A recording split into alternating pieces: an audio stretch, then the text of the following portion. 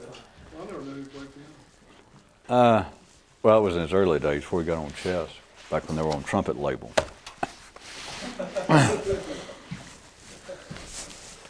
The unseen mathematics of it all. Of the number of people who will say that they want to attain an intensified state of awareness and discover what's actually going on, at least 96% of them simply want to argue about it. Hey, somebody dig up Buddha and see if he'll wear one of our debating team jerseys. Daddy, is this why ordinary men's notion of the truth is always conceived of as a thing long ago established and done with? 1 and 1 makes 2, all right, nothing more and nothing less. But even if it does, an alert eye can still learn therefrom, and not even find it all that irrational anyway. In the end, what truly divides the 96% from the 4 is the latter's talent for originality, or at least their ability to hear it and joy therein. Looking out on the daily routine going on about the throne, the king once focused his attention on the royal priest and mused that receiving otherworldly instructions from one yet here is like taking kickboxing lessons from a chicken.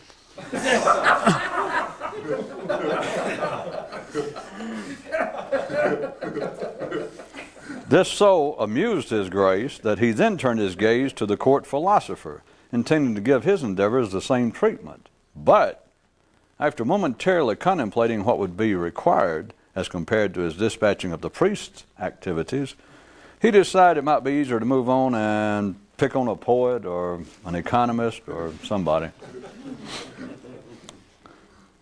As yet undiscovered by medical science, neurology, or psychiatry, the human mind in the cortical range possesses a natural self-defense system that, if recognized, would make the generals in all the world's war rooms drool and envy. This fact, you might note, is also why it is somewhat difficult to coax man's normal thinking operations into accepting anything too new and unexpected. And even his grace was tickled with my use of the term somewhat difficult. Well, he was. One characteristic of things serious is that they are predictable. The doctor asked the patient, would you prefer to be in pain with consciousness intact or physically relieved and the mind dazed with drugs? And the man thought, you know, the practice of medicine and illness is not all that far removed from everyday life. The sign announced, the storehouse of what man doesn't know is not yet filled. There still is room, come on in. The predictable always seems sane and thus acceptable to the collective. No matter the context, even educational, if you involve your mind only in the consideration of the ideas of others, you're engaged in a process of dumbing. Why suspecteth thee did none of the world's historically revered teachers have no teacher of their own? Or, why do you think that blistering bullet trains like this one, going apparently nowhere important, remain so gosh darn popular? The civilian notion that you should not leave kids home alone was derived from how some landlords of consciousness viewed their mental tenants.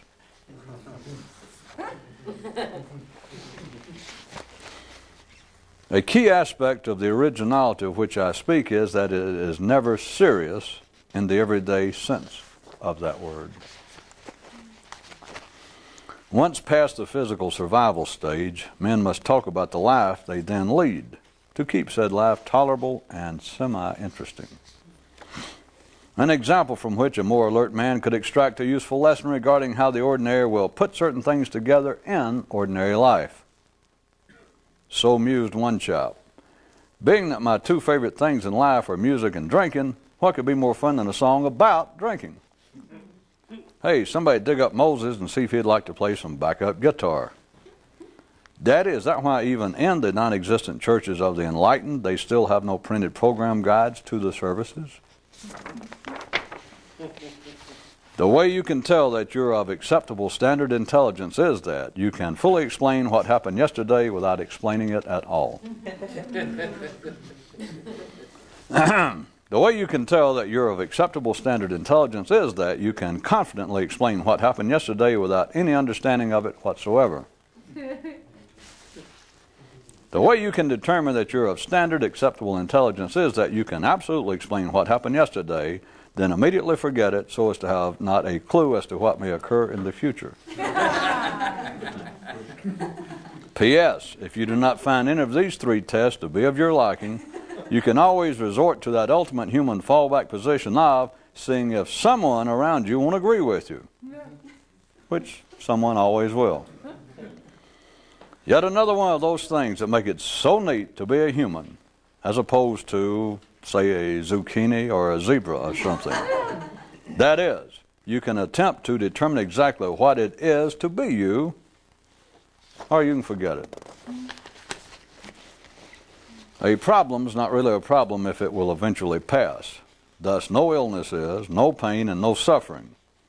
Only those working for an advanced state of consciousness, then, have a problem. One man said, I ache all over. Then thought, yeah, but not enough in specific spots.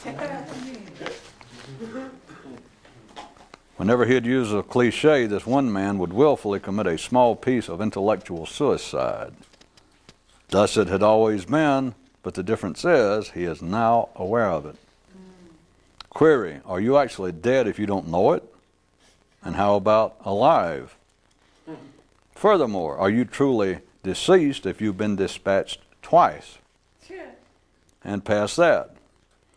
Is self-immolation, in fact, the destruction of oneself, or somehow the genesis of same? The routine playground of the mind is a seesaw, and seriousness always adds weight to one end or the other. Then men are wont to call this progress. 'Tis easy enough for the wooden horses circling to the music to laugh at the live ones apparently rambling aimlessly. Look, up in the sky, it's a squash. No, it's a mountain. No, it's a flying nervous system with no landing gear. Color it transcendental. How external technology works with internal evolution. Which came first, enlightenment or the 747? It has been said that only institutions are stupid and not the masses who look to them for help and guidance. But this is not yet quite correct. And as always, if you're a creative individual, it's all irrelevant anyhow. The conspiratorial, delicate balance of it all. No excitement, no effort. Too much excitement, wrong effort. Hey, who said that parades have no sense of humor? Once upon a place, time away, lived a man who believed he had found a direct link between justice and humor. But before he could tell his fellow creatures of his discovery, life heard about it and caused his tongue to swell up the size of an asteroid. On the entry ramp to our reality is a highway sign that reads, "Take joshing, give joshing," but mainly, take it.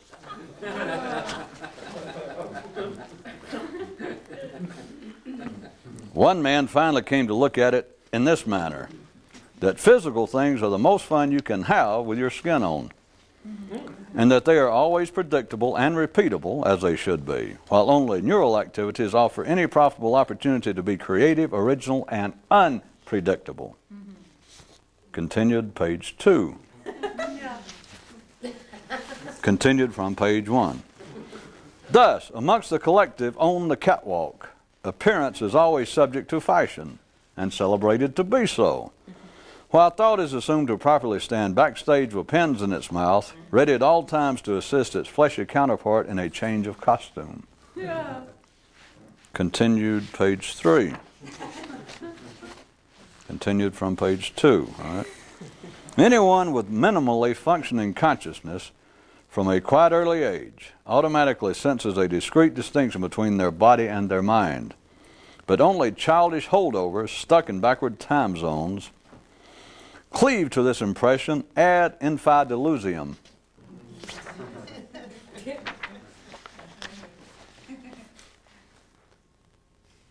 Facts. Facts. What the simple resort to when they have no opinion. One man decided if he took a list of all the most commonly used words and came up with his own new personal definitions for each, that it could aid him in keeping the surrounding cows from so often trampling on his foot. There are two types of herds: the physical ones, natural to man's hormonal life, and the same ones which attempt to direct his neural one.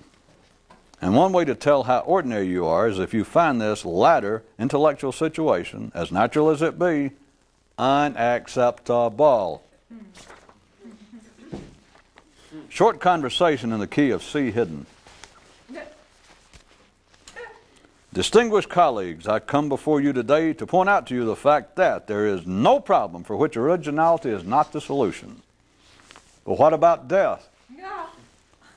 My man, were you original and sufficiently creative, can you not see that too falling prey to unexpected circumstances? Even the inevitable is not immune from the unpredictable. Perceived humility in its operational reality. In the land of elephants, only fleas build monuments to themselves. Hey, somebody dig up Muhammad and see if he wants to be on the public speaking team. Daddy, is this why those who know so seldom tell you what it is that they know? Minds that can accurately see always a counter-reality perceive, which they tend to keep to themselves. A more conscious man would seem respectful of the beliefs and practices of others, while only truly being so for those private efforts which aid him in his struggle to awaken. The trouble with seriousness. An essay. The trouble with seriousness is that it always takes sides. The trouble with things local. An essay. The trouble with things local is that they are always prejudiced. The trouble with local humor. An essay. The trouble with local humor is that it is always prejudicial and not funny. Okay. The trouble with attempted local silliness. An essay. The trouble with attempted local silliness is that they don't know how to do it correctly.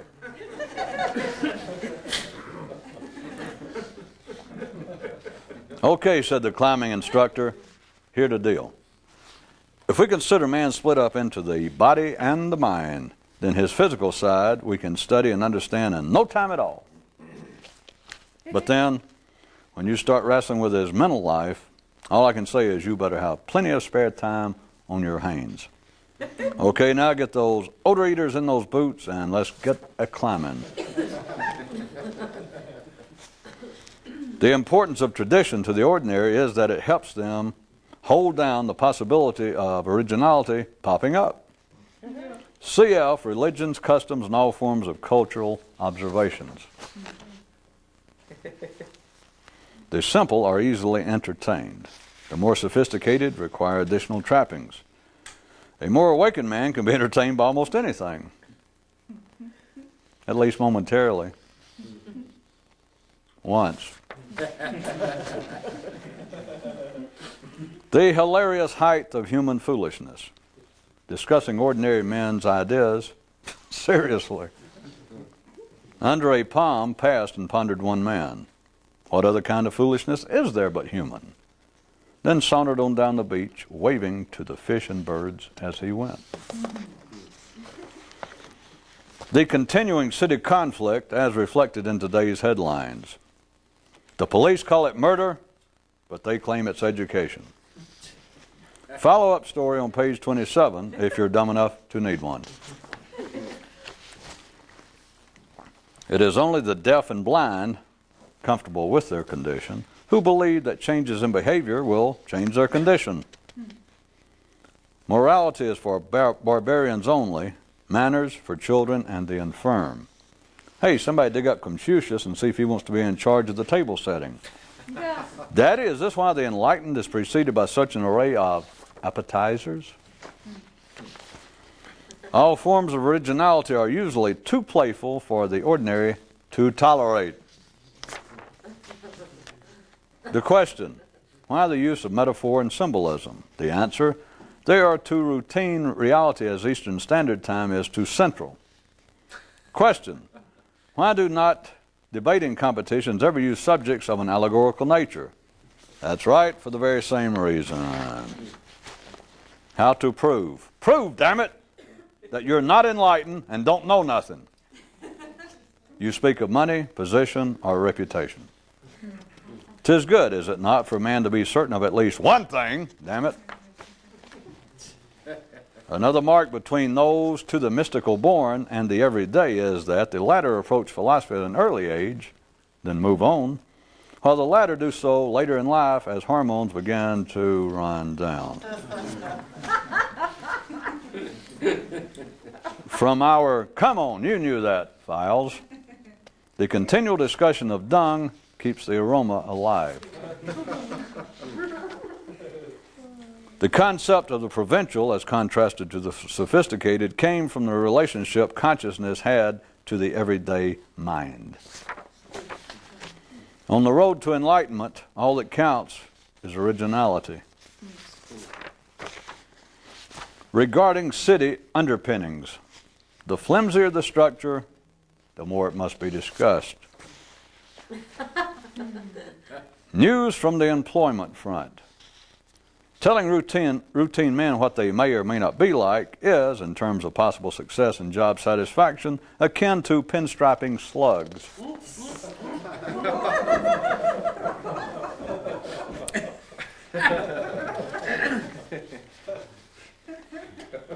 Racing stripe? The reason the ordinary have experts is because no one knows anything. A tip for continued suitable survival in the city. When you're down, keep on whining, in case they don't kick you again. That means think about it if you're able. Between the would-be religious and the truly mystical abides a particular distinction. The former speak of mercy, while the latter say, let's get on with it. Within the life of the aware, that which neurons can't cure, the proper application of hormones will. To unrestrained intelligence, even if 2 and 2 are 4, this is only true and impressive once.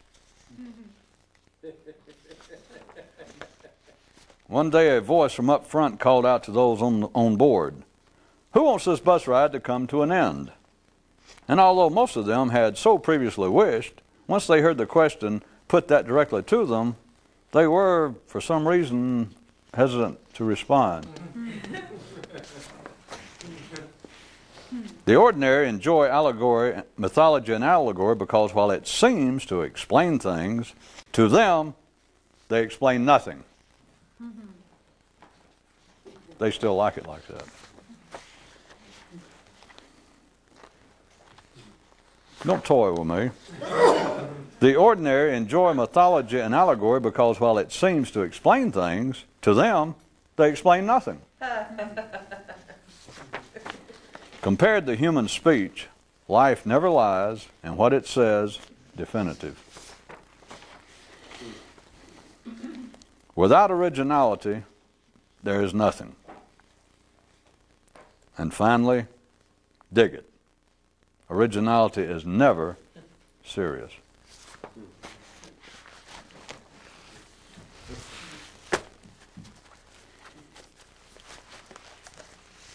Going to return to originality. As long as we're here, let's hit again, since this is not really anything of interest or an inquiry into rhetoric, grammar. But it is interesting that life does not lie. Life talks in a very direct way. And what it says, every time it speaks, once you can hear it, is quite definitive, unambiguous, not open to arguments regarding definitions. connotations. And so something, in a sense, has been lost that I was going to point out that had to do with the basic three levels of human speech, or three approaches that, at least the ones I'm going to pull out, which fit the way that things actually work. I'm not torting them that much. Is the literal, the metaphorical, and the symbolic. It is now to the point that metaphor and symbolism are used synonymously. But in one sense, there is a technical difference if you consider literally. And not just speech. I'm going to drag it into thinking and originality. But you can look at what has been considered forms of speech, but think about, consider it in a form of thinking, which is not normally done, but literal thinking, metaphorical thinking, and symbolic thinking, such as a literal thought and even a literal comment. Let's take cats. If you said, that cat is Siamese, that's simply a literal statement. A metaphorical statement, if you said, he has more lives than a cat, that's metaphorical. It means something other than it literally means. Because it doesn't mean, that due to, there's a colloquial idea and phrase about a cat having 9 lives based upon a cat's apparent agility and ability to survive sticky situations. But of course they do not have 9 lives, and certainly this guy, if you say, boy, he has more lives than a cat, he doesn't. A cat has 1, he got 1. So the statement means something other than it means, is metaphorical in a strict sense that I was going to point out. And then symbolic is actually different than that. Symbolic, it means what it means and something else. If you said, the other aphorism that when the cat's away, the mice will play. That is true. If you've got mice in your house, and normally a cat, if the cat goes away, the mice are prone to come out. But if you say that and you're not, the conversation is not having to do with rodents and the control thereof, and you're talking about humans, you say when the cat's away, the mice will play, what you're referring to then is not actually cats, or it could be another thing. If you're sitting at a bar, and here comes a guy that's married, normally stays at home, and you've never seen him in that bar without his wife. And somebody may look and they go, oh, that's right, I heard she had to go to a funeral out of town or something. And somebody said, well, when the cat's away, the mice will play. And everybody sitting at the table, assuming they're illiterate at all, they understand that although that statement is true, when the cat's away, the mice will play, they understand that he's speaking symbolically. The guy went, well, because he's saying once certain restraints are off of a person, normally, they might do things they would not do were it not that state, if the cat was not away. So it is really metaphorically, or metaphor and symbolism, especially in thinking, and having to do with the way that this kind of thing has always been presented, and even you hear it being engaged in instantly. There is a difference. You could even look at the process, we're talking about somewhere the road between here and enlightenment, between the state of awakened consciousness, because then we have a different situation. But somewhere on the road between here and enlightenment, there is only one thing that counts. Because enlightenment does not come about through any sort of physical activity. There is nothing singular, there is nothing in isolation that a person can do physically to bring about enlightenment, which of course is why those who do not understand it, those who are simply interested in it as an avocation, that's the first thing they will jump to. They will, in fact, would-be mystical warriors, if they hear anything that purports to be, or they suspect might be, a mystical system of some sort. And if they are not immediately confronted with some kind of physical activity, by and large, 96%, to quote some figures I heard recently, at least 96% of them will leave. If they find out, there's no requirements, I don't have to give up drinking, you say, well, no. And they go, well, do I have to start drinking? Well, no. Yeah. Do I have to stay on my head? No. Does that mean I have to walk around my feet all day? Well, no. They will lose interest. But there is nothing physically, speaking discreetly, there is nothing that you can do physically that will trigger awakening. that will gradually cause awakening, which is why it is so common that people, sincere as they call it, people are engaged in such things as physical rituals, all the way from fasting, praying, doing worry beads, doing rosaries, reading scriptures and nodding, doing anything, just going out to a physical place and having to go in and bow, going, touch water to their head. It seems to require some unnecessary effort, because to get by any good religious person, church-going person, they know that they have neighbors who show no interest in religion, who never go to Mass, who never go to temple, who never do anything, and so for them just to get up and to go down there is some effort.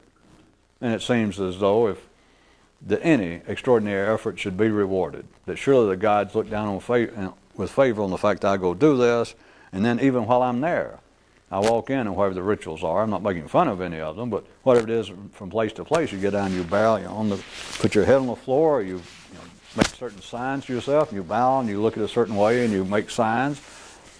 To outsiders, you can make fun of it, but to them, it's making some effort, and as far as they can tell, it's doing nothing. But you understand that is as close as a simple, ordinary person can get, or as close as they want to get, to making unnecessary effort. Now, like I said, it's really playtime, because this is unnecessary effort. They're just farting around. I mean, anybody can go out there and make signs and do things in their fingers and nod, or anybody can do that, because physical irrelevancy is tolerable. But you try to get people to engage in what appears to be intellectual irrelevancy, something that's real speedy and seems to have a life of its own, but as far as they can tell, it's going nowhere. For those of you who didn't get it, it's simple enough. For the horses going around to the music, you understand what I'm referring to? It's simple for them to look out and laugh at the live ones, apparently just kind of rambling around aimlessly. Which we're into heavy symbolism. We're in a place beyond. Because to begin with, if you were falling into that, you would think, wait a minute, that's just the opposite, because if anything, you could make up an instant fairy tale, I know, a fable about wooden horses, dead little wooden representations of horses, symbols of horses. They're on a merry-go-round, tied to it for years and years. Nothing but go round and round and round, looking like they're frozen in position. They're carved like this little horse, and then look out and see live ones out there not stuck to that they would envy them. Think about it another way. Think about the idea of an extended state of consciousness and ordinary intellectual activity. The wooden horses look out there and think, boy, am I glad I'm not out there, rambling around aimlessly. It's like I found the secret. They're out there looking for it. I know it's round and round.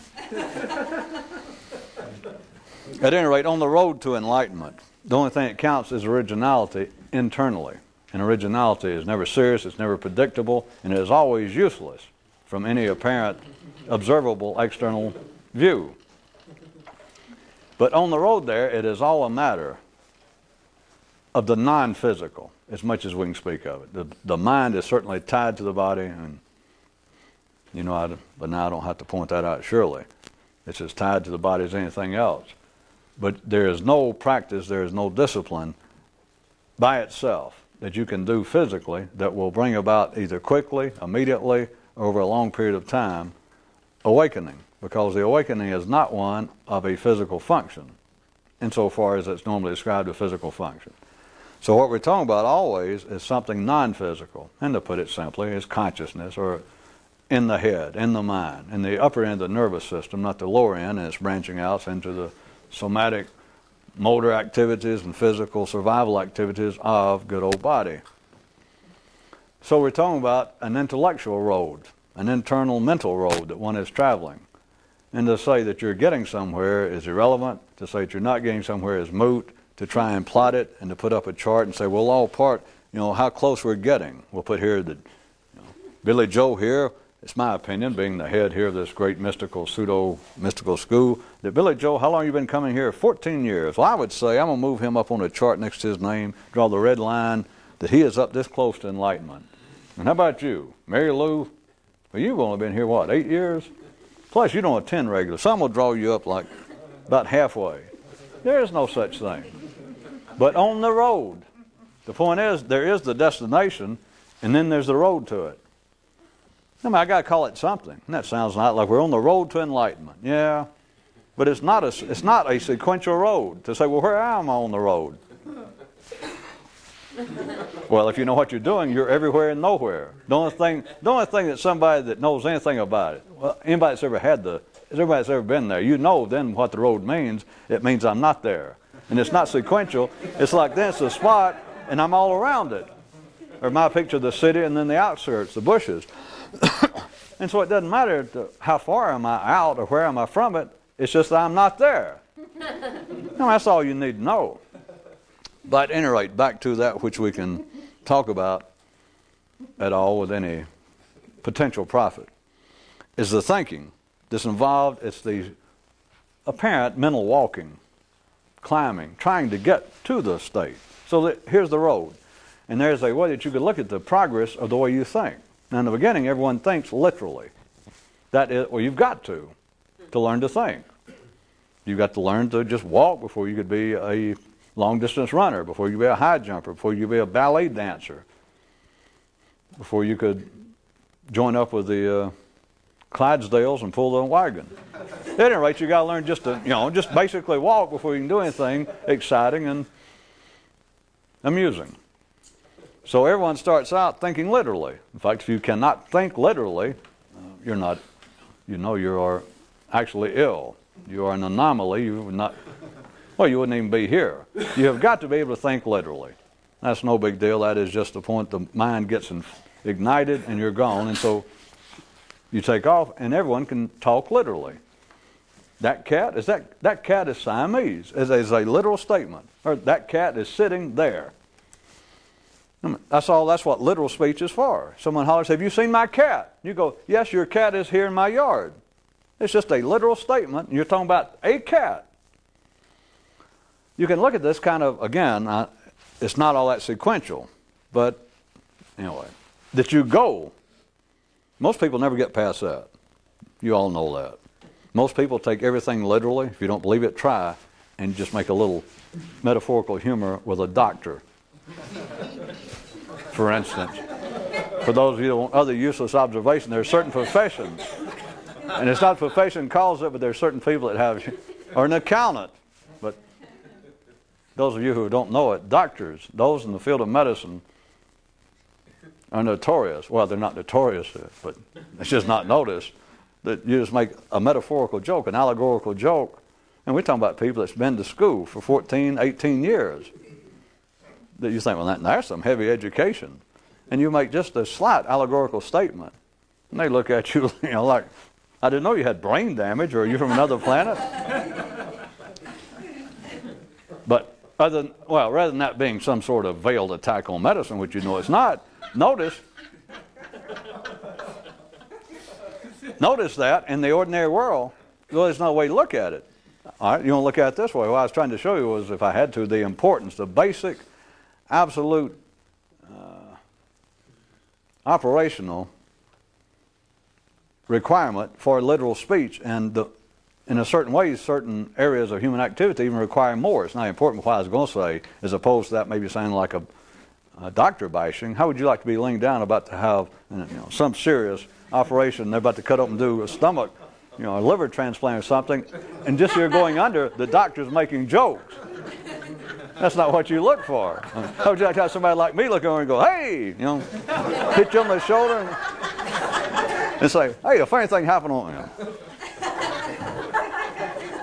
literal speech and literal thinking is how the mind must get. It is its basic education.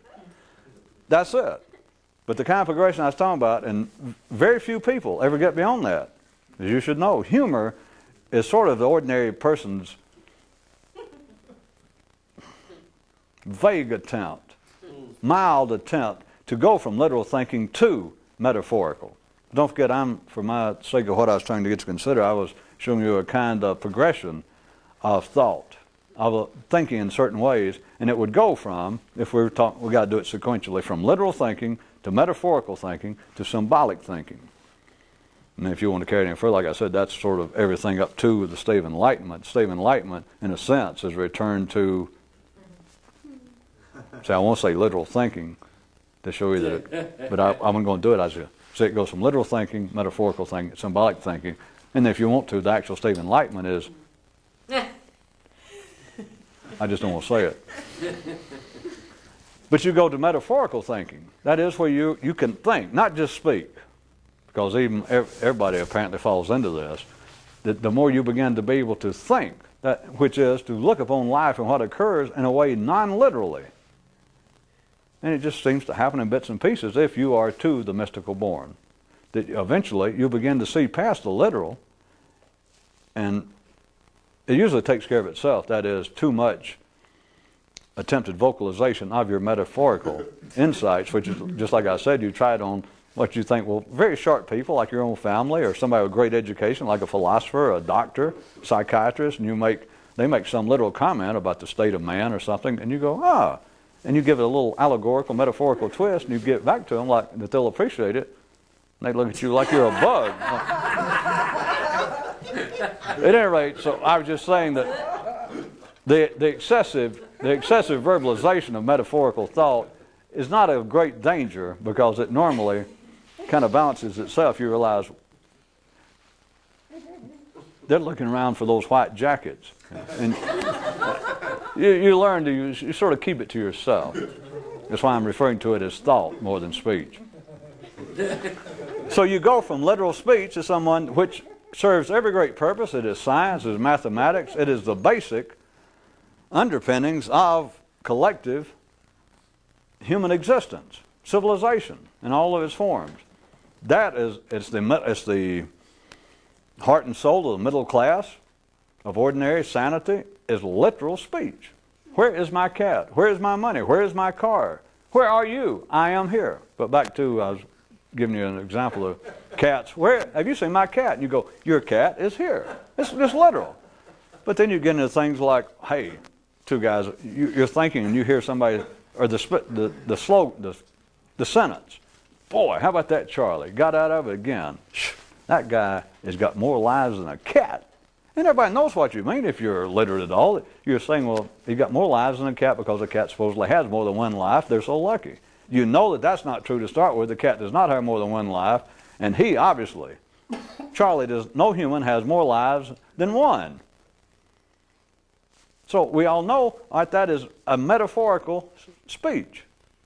No, it is not intended literally. It is intended to mean something other than it says. So now apply just the speech to thought. To what your mind normally thinks. Now I know I'm doing this, and there is a difference between speech now. The speech part, anybody sitting here would follow what I'm saying. But rather than speech is now go back to the way you normally think. And I say you, how about this? Your mind, what it normally thinks. Look at that as somebody saying, hey, he has more lives than a cat. Forget two people talking now if you can, and apply this to your own thinking, not speech, which I'm now doing metaphor into symbolism while I'm doing this, but never mind. God, I almost lost me. As you begin, that you see what normal thought is. You hear people speaking, you see what thinking is around you. You see what collective reality, and you know that they're saying it literally, and yet you begin to see that it represents something else. Almost, how about this, almost back to, if you want, a physical representation. Plato's ideas that we have a life, but then we see a shadow life. That is almost an early representation of what metaphor came to be. And it's what I'm trying to get you to see. You hear people talking, and you realize to them they're saying something literally. Maybe now something that seems to be, or that is more sophisticated, more complex, and yes, your cat is here. You hear people now talking about the nature of how political systems will affect the individual personality of the people. And they're saying it literally. They believe it. And you realize that that is not true. But you understand they believe that they're saying your cat's here. But you understand they're saying one thing, and without them knowing it, they're speaking metaphorically. Now you understand why I say they are speaking. We're not picking on a politician. We're not speaking and singling out a human making a mistake or is dumb. What you see is the collective sanity, the collective verbal representation of what reality is right here where you are.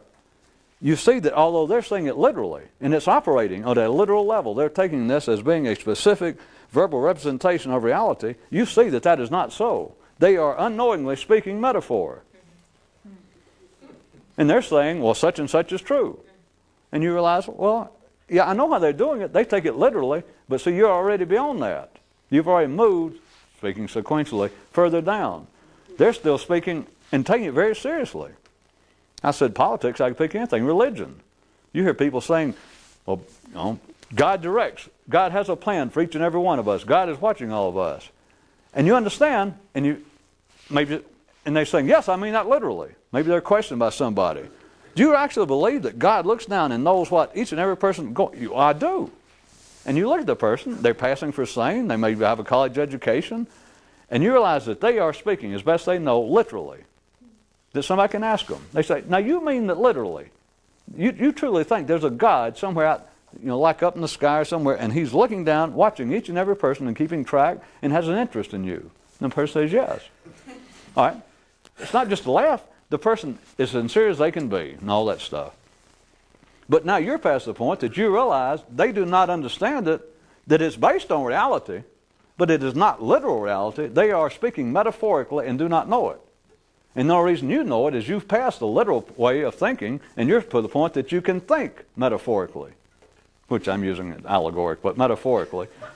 Well, I was using those synonymous. If I say allegorical. But you see that what they consider to be the literal, you're past the point or up to the point that you look and you see it is metaphorical and they do not understand that it is.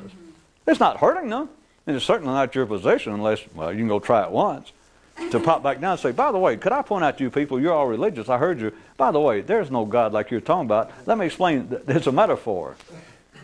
I mean, if you're expecting to do that and make a new living, it's always do not quit your regular job. And you will only try it once. No. But then there's a point past that. But again, I'm pointing out to you, I'm speaking graciously to say maybe there's 4% of the population. I'm lying to you, but to say that much. But since I'd already written out an article about 96% as opposed to 4%. 4% would be a time for some sort of party of people. Of course, there are people who can think, in a sense, metaphorically. Poetry is full of it, the arts, but it is a hit and miss. That's why they consider it to be a poet or an artist or a painter or a writer a profession, because they can't do it all the time. That's one of the old things. Well, we've been through this. This is quite common. This is part of the balance and the checks and balances of ordinary reality, is that painters, people in the arts, constantly read their reviews, constantly are attuned to what other people say about the metaphorical nature of what they've done, because they're not really sure. It doesn't mean that they meant to. If any of you actually believe, for instance, pick out anything you want to, that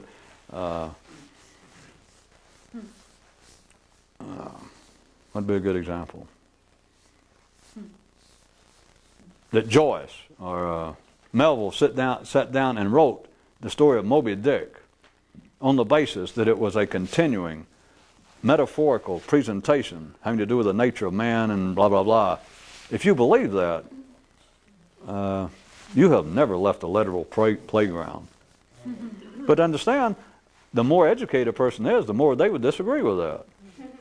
People who had masters and doctors in literature, they would say, well, that's one of the metaphorical masterpieces of all time. I understand that. I know what they do with it. Or they can say Ulysses or Finnegan's Wake or anything they want to pick out. Dr. Faustus, Shakespeare. You can use anything he did. They can say, well, that is one of the metaphorical masterpieces. I know. But if you think that a Melville or a Goethe or a Shakespeare sat down and had this great important advanced message, and he realized, I'm going to have to write this metaphorically. I mean, you're a child. But remember, I'm saying that, not as an attack, I'm saying you're a child. But notice, it is the sophisticated, the educated amongst the herd, amongst the collective that would say otherwise. They're the ones that say it is, and I understand that. The point is, one reason they have to be singled out is artistic works, that this is metaphor, or this poet was a great metaphorical poet. They have to point out because it may be open to a great, the rhyme of the ancient mariner. They hashed that one around forever and ever. That no, it meant something. It wasn't about birds and sailors. And then a guy, Coleridge gets famous for being a metaphorical poet. And I'm just taking an example. We've been through this before. Then he has to keep watching his reviews, and it points out. Well, my old joke was them interviewing somebody and a reviewer saying, "What a metaphorical message I got from that painting or from that movie," and they go, "Yeah," and they won't know what. Because in a sense, I'm serious. The first few times it doesn't have to do with sequence of time, but they are constantly, what? Tell me. Because in a sense, they have to listen to a reviewer or some outside person say, "I have never seen the metaphorical message having to do with the modern day alienation of man vis-a-vis his own environment presented in such a three-dimensional performance, form of plastic representation to the kind of active arts." He goes, "Wait a minute, say it again." And that's to the guy who did it. Because in a sense, he says, Did I? But of course, you can't really do that. Or you're not going to be much of an artist. You're not going to make it. You have to kind of look like, glad for you to know, and you're trying your best to remember what he said. I remember that. The point of all of that is when I say that 4% would be a charitable estimation, a charitable figure of the number of people that ever get to where they can think metaphorically. You do know that life is not sequential. It is certainly not chopped up in discrete pieces along the sequential line. So it's not that 96% of humanity never thinks metaphorically. Yeah, they do. And they don't even know it necessarily. And can they be attuned to metaphor? Yes. They've got to be. Well, nobody would be religious.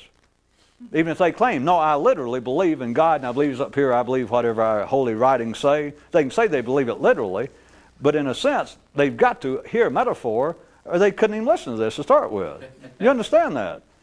Just to use religion again for them to, whatever religion you grew up in, or somebody. And they say, yes, God lives up behind the clouds, and He's a big old man with a beard, and He looks down and He watches everything you do. And now you are, let's say you're a kid 7 or 8 years old, and again, born with some walking around intelligence. And you look up and you go, what? And if they go, no, trust me, you're too young to understand. All right, you've got to right then, in a sense, unwittingly and unprofitably, as far as the individual case is concerned, you have got to be able to entertain metaphorical thought, or you would not even take it literally. You would not mouth your allegiance to a literal belief in this religious concept. You understand? That everybody, all sane people sort of have the ability to think metaphorically. And as I said, people have just the way life works, people have the ability. Painters, artists, just an ordinary guy, a comedian. Just an ordinary person can turn around and say something metaphorically, and they may not even know the term metaphor. But that is, they will make an interpretation of life. It could just be two ordinary guys sitting around a bar and conversation starts about the president or politics or football or women. Just anything, and a guy, just an ordinary guy, can make a comment that's not literal and may not be a cliche. It's just something he says, somebody makes a comment, well, people will go blah, blah, blah, blah, and they do such and such. And they'll go, yeah. And one guy goes, yeah, but da, da, da, da, da. And maybe a couple of them stand around and go, yeah. In other words, he put a tagline on what seemed to be just a direct, literal comment about the nature of man or the nature of some person. They go, well, guys will get drunk, and they'll go, da, da, da, da, da. And everybody goes, yeah, that's true. And then this other guy goes, yeah, but no, no, no, no, no. And it may be something none of them had ever thought about. That he had never thought about. He didn't plan to say, he went, yeah, but no, no, no, no. And they go, huh. And they might even get a chuckle, like people go, ha, ha. Kind of weird. That is funny, weird, not funny, ha-ha. But they go, huh. Oh, well, and they go and drink a beer, and that's the end of it. So it's not that people do not have any capacity to think metaphorically. But as far as it being a part of their running, constant vocabulary, no. Now, we're talking about very small, we're down to single-digit numbers. For somebody that goes around, well, look at it this way. Who goes around, have a raise of hands, and thinks metaphorically constantly? Could we have a raise of hands? I didn't mean to include me. Plus, don't raise your hand and lie to me. There's some things you can't lie to me about. You can lie to me about your bank account or your dress size or how strong you are, how much sleep you get. But you cannot lie to me about that. It is a quite real valid description of progress in a non-essential way, just amongst us, to go from literal thinking. You don't lose it. If you lose it, you're crazy, and so you're not part of this conversation anyway. But you can think literally. You can already, that's established. It's like being able to walk. So you don't lose that, and you have to constantly know it for other people to make sense. So you got that. But then you're to the point that you are continually, you can interpret continually any way you want to, you have the ability to continually think metaphorically running alongside it. The literal thought, you don't lose that. If you lose that, you become, that happens to people, and sometimes they gain a reputation that they become a charismatic leader. But from some views, from other people, they become a crackpot. Well, it is people that just seem to lose touch of reality. And I don't mean the people on the street homeless. I'm talking about people that may end up, like starting a sect of some kind or a new religion. But they seem to absolutely lose touch. But they can gain a small following. I don't mean it's important, but I'm saying if you lose the literal, they can say, well, I've reached the point I've had. They claim stuff like this throughout history. The guys that say, I've had such enlightenment, they show back up after they try to, say, top Jesus, and they stay out and don't eat in the woods for 50 days and 50 nights. And they come back kind of dazed and go, I've had a revelation. And it comes in that now the trees are talking to them, or they're now in constant communication with aliens from other worlds. And that's their constant spiel. Their stick now has nothing to do. It's just like they're in another world, and that will always attract a few other crackpots like, boy, he is so out of it. His consciousness is so expanded, he can hardly feed himself. Well, that's always passed with certain small crowds as a sign of true, great enlightenment. We had to change his underwear for him. We had to bathe him. So you do not lose track. You do not lose track of literal thought. You do not leave it. That's why I said this sequence is not really the word. It's just an add-on. You think literal like you always have, or at least you know what other literal thought is. You can hear your own mind tracking along literal thinking from everywhere else. But then you begin a constant parallel of a metaphorical. That you understand that the literal talk, the literal descriptions, the literal thought of ordinary humans is nothing really. If it was anything, we'd all be awake early. We would all be as conscious as is possible. Literal speech, literal thought will not do it. And so you then begin sort of a parallel tracking of you continually are thinking and listening to other people think. You're listening to life talk, but you're listening to everybody else think literally. You still do it. That is, you're picking it up on your receiver literally. Yeah. But you've got like a side band that you're picking up, a side carrier on this frequency, that you are now thinking metaphorically at the same time about the same thing. You now have a whole different programming schedule. You're picking up what you're hearing is now, and what you're thinking is substantially different. But remember, it's the same, because you're picking up on the main channel literal thought. That's still going, but a sideband coming here on that frequency is a metaphorical interpretation of the literal programming. So you're thinking what everybody else is thinking, and you're not. You're doing both. It's obvious we won't get to the symbolic part. That would be the next. Well, that would be the next step. See, because the metaphorical.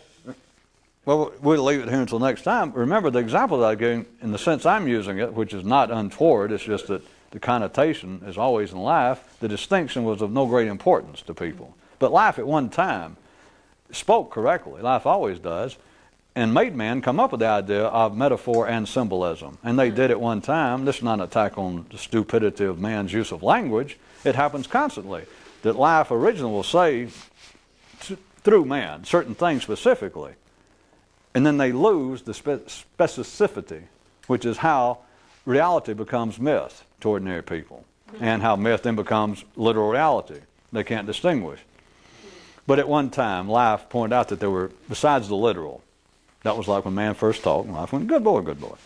Because he went, there's my cat. And then they went. Then he taught them how to do. That guy has more lives than a cat. It's metaphorical. But then symbolic was something else. In other words, they could now say things and mean something else, like a coded message, like he has more lives than a cat. And everybody realized, hey, I said that and it means something, but it doesn't mean that. It means something else. I was pointing like he has more lives than a cat, and I was actually talking about something else. Neat. But symbolism was something else. Symbolic thought was it didn't mean something else than that. That's double-barreled, at the very least. It actually means that. When the cat's away, the mice will play. That's a fact. If we just left it at that all we're talking about is rodent control. When the cat's away, the mice will play. Well, that's a fact. That's a fact. That's a literal fact. And then you might be prone to go, yeah, but it also be metaphor. No. Metaphor is saying one thing and meaning something else.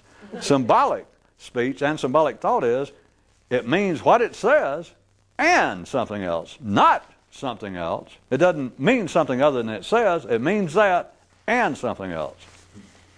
That, may I suggest to you in a non-sequential way, is even more progressive and even less known and common on this planet. And we will return to this next time, at least allegorically speaking.